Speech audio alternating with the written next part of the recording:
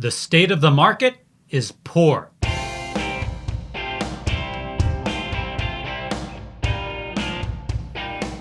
Hi everyone, I'm Marc Lichtenfeld, Chief Income Strategist with the Oxford Club. Welcome to State of the Market.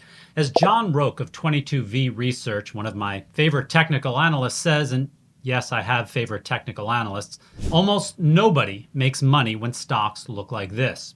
You don't need to be a stock chart wizard to see that this is a weak-looking chart and that the market is likely headed lower.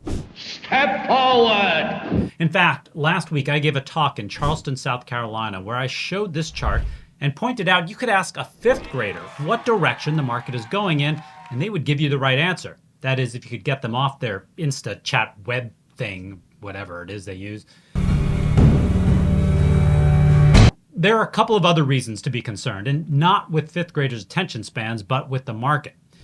Advancers versus decliners are falling. This reading is the number of stocks rising minus the number that are falling. It's tough for a market to make new highs when fewer stocks are rallying. You got like 3 feet of air that time. Now, the average bear market lasts 9.6 months, and this bear market has lasted 9.5 months. Furthermore, going back to 1932, there have been 26 bear markets, and 9 of them bottomed in October. So I believe there's a good chance we're in for a little more pain, but then that's it. Don't you let go! So here's why I'm not especially worried. It's not different this time. If it wasn't different in 2008, then it ain't going to be different this time.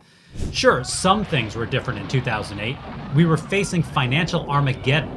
Banks were failing and the economy was literally on the verge of collapse. The market was brutal, falling 57%, but 5.5 years from the previous highs, you were made whole. Now, 5.5 years isn't nothing, but you're talking about a complete recovery from the worst financial crisis in nearly a century. Now, I've been saying for a while that this bear market and recession are extremely ordinary. That's just the way it is. Bear markets happen. They're not pleasant, but they're not the end of the world either. And if you're smart and don't panic, you can use it to your advantage to pick up stocks that you would have had to pay a lot more for just a few months earlier. For example, Target has been cut in half over the past year. Is that a company that's going away anytime soon? Now, one of my favorite dividend payers, Enterprise Products Partners, is down 10% from its highs and yields more than 7%. And the big banks like JP Morgan Chase are down by about 1/3 from their highs. Good merchandise is on sale. It makes sense to start making a list of what to buy and to start putting money aside to do so.